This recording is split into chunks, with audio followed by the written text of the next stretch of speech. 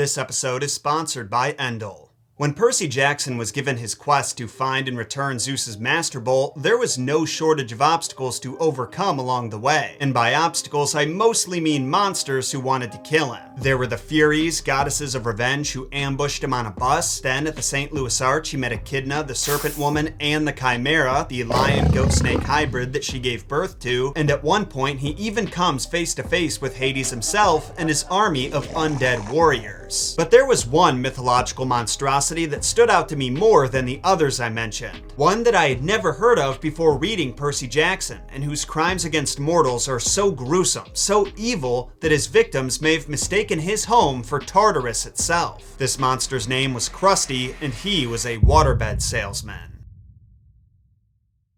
Okay, that probably didn't have the shock value that I was building up toward, but trust me when I say this man was a menace. Because Krusty, the waterbed salesman, was inspired by Procrustes, a demigod who, in real mythology, would offer hospitality to weary travelers. But that hospitality came with a horrifying twist. Before we dive into the gut-wrenching atrocities that occurred in Procrustes' bed, though, I've got to tell you about our sponsor who will help you sleep a lot more soundly than his guests did, Endel. As someone who works from home, it's taken me a long time to figure out how to maximize my productivity during the workday. I'm constantly getting distracted by my phone and neighborhood noises, and I find myself lacking the mental focus and clarity that I need to fulfill my responsibilities. But since I found Endel, I feel like I've really turned a corner with those struggles. For those who don't know, Endel is an environment-based app that generates personalized soundscapes designed to help you focus, relax, or sleep. With sounds based on neuroscientific and psychoacoustic principles, Endel uses artificial intelligence to adapt to its environment, taking things like your location, your heart rate, and even the weather into account to produce the sounds you need to keep you stimulated or relaxed enough to accomplish your goals. It's incredibly simple to use too. All you have to do is open up the app and click on whatever soundscape suits the task at hand. In my experience, the relaxing sounds calm my mind and quiet down those anxious thoughts, the focus mode helps me stay concentrated for longer periods of time, and the sleep mode eases me into a deep sleep with soft, gentle sounds. My wife and I used to go to bed with the TV on every night, but after a while, the noise and blue light were a little too stimulating, so we gave Endel a shot, and now it's our go-to for when we want to fall asleep fast. So whether you're having trouble focusing, relaxing, or falling asleep at night, you should try out Endel. The first 100 people to download the app from my link in the description will get a free 1-week trial of audio experiences.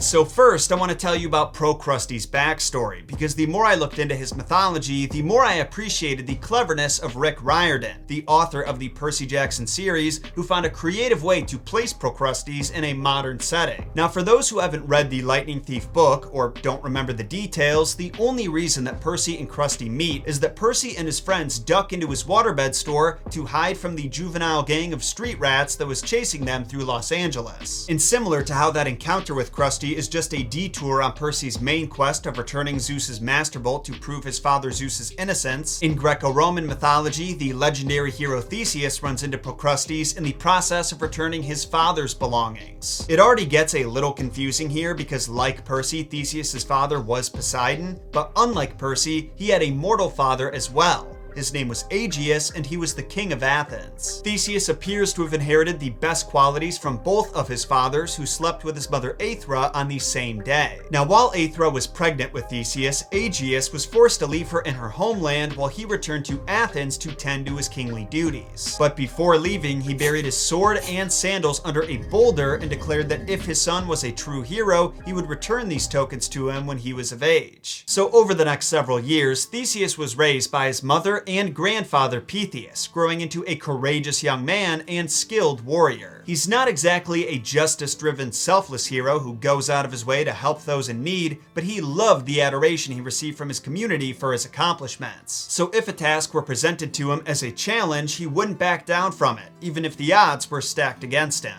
At a certain point, Theseus' mother decides that he's finally old enough to know the truth about his father, and not the divine one. That cat had already been let out of the bag by her father Pythias, who needed a way to explain to the neighborhood where his grandson had come from without implicating the king. So she tells Theseus the story about King Aegeus, the tokens that were left behind, and informs him that if he wants to claim the throne that's his by birthright, he'll have to travel to Athens and return his father's possessions. As you might expect, Theseus was more than ready to take this challenge on and show the world what he's made of. So, using a fraction of his strength, he pushed the heavy boulder out of the way, picked up the sword and sandals, and set out on his journey. Only much to his mother and grandfather's horror, he had willingly chosen the most dangerous route to get there. See, before Theseus left, he was told that he could easily reach Athens by sea and his journey would be a short and safe one. However, if he took the long way around the Gulf, he would have to worry about bandits, murderers, and also have to pass by 6 underworld entrances where even deadlier chthonic characters awaited.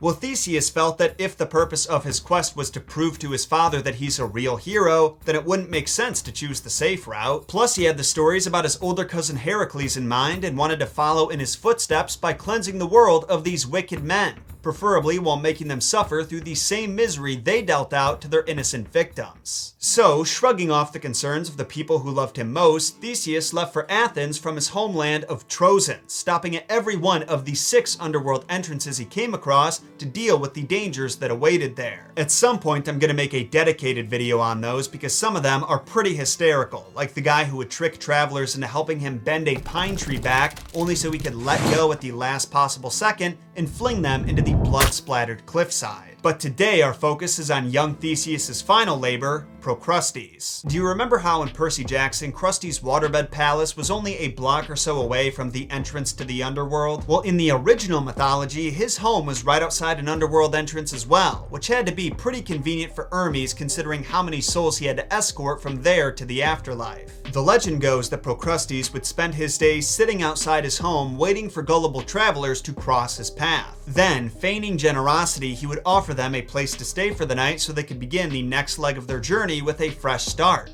Only those who accepted his offer wouldn't live long to regret it. Because Procrustes had 2 guest beds, a short one which he would offer to his tall visitors, and an exceedingly long one that he would give to his short visitors. I didn't mix those up, by the way. He intentionally gave his guests the bed that would fit them the worst, and if you're wondering why that is, you better brace yourself for what you're about to hear. When Procrustes' visitors came into his home, he was a 5-star host. I mean, this dude could teach Martha Stewart a thing or two. If he wasn't such a psycho, he would probably have the highest rated Airbnb of all time. He would have food ready to be served, all the wine his guests could want, they would play music and games, and a lot of the time they would lose themselves in the merrymaking and end up passing out in whatever bed Procrustes threw them in. It was when they were safely unconscious and limp as a wet noodle that Procrustes would start the next phase of his plan. If his visitor was too short for their bed, he would tie anvils, those heavy metal blocks that blacksmiths hammer swords against, to each of their limbs and stretch them across the canvas, causing their bones to snap and their muscles to tear until ultimately they lost their minds to the pain and their bodies were ripped completely in half. I guess you could say the tall victims were the lucky ones. Instead of a long and painful death, it was short and excruciating. Procrustes would center the sleeper in the middle of the bed, then would bring down his axe on whatever bits were hanging off, starting with their feet. That first swing of the axe would always wake the victims up, which made his next swing a bit more exciting. Procrustes would slowly drag his axe to the head of the bed, and while his victim was begging for mercy, he would chop off the top part as well. It's hard to say how long Procrustes' Hotel of Horrors was in business, but we can be certain that Theseus shut it down for good. According to the Greek poet Plutarch, who wrote a work called The Life of Theseus, the hero was able to fool Procrustes into lying on the bed himself and then fastened him to it. We sadly aren't told which of the beds he was fastened to, but my heart wants to believe it was a creative mix of both. Maybe Theseus stretched him out for as long as possible before taking off his head with the axe. If that were the case, it wouldn't be too far off from what happens to him in The Lightning Thief. Percy also manages to trick Procrustes into lying on his bed, then chops his head off with his sword, Riptide. And do you want to hear something else wild? In the original mythos, Procrustes was also the son of Poseidon. I don't think that carries over to the Percy Jackson universe, but if it did, it would mean that both versions of Procrustes were killed by his half-brothers. Interfamily murder or incest. Every Greek myth has to have at least one of them. Or in this case, both. Remember that guy I mentioned earlier who used pine trees to launch people? Of course you do. How could you ever forget that? Well, that guy's name was Sinis, and he was Procruste's son, making him Theseus's half-nephew. He was also the second of Theseus's labors, and after Theseus took him out by launching him into the cliffside, the hero seduced his daughter and got her pregnant. In other words, Theseus had a baby with his grandniece. It may not be quite as close a relation as, say, Zeus and Hera, but that's still some nasty jazz. Nasty jazz. But that, mere mortals, was the messed up mythology that inspired one of Percy Jackson's many, many enemies. Was that as horrible as you were expecting? And should I cover more creatures and characters from the Percy Jackson series? Let me know in a comment down below. Then make sure you sacrifice those like and subscribe buttons to the algorithm gods to get more content like this delivered to your sub box every Thursday. And lastly, follow us on the socials and check out the totally free Messed Up Origins podcast, where we're posting remixed and remastered classic episodes every Monday and Wednesday, and new episodes like this one on Fridays. I'll see you all again next week when we dive into the mythology and folklore that inspired George R.R. Martin's dragons in Game of Thrones. You heard that right. Until then, my name is John Solo, and don't forget, John shot first.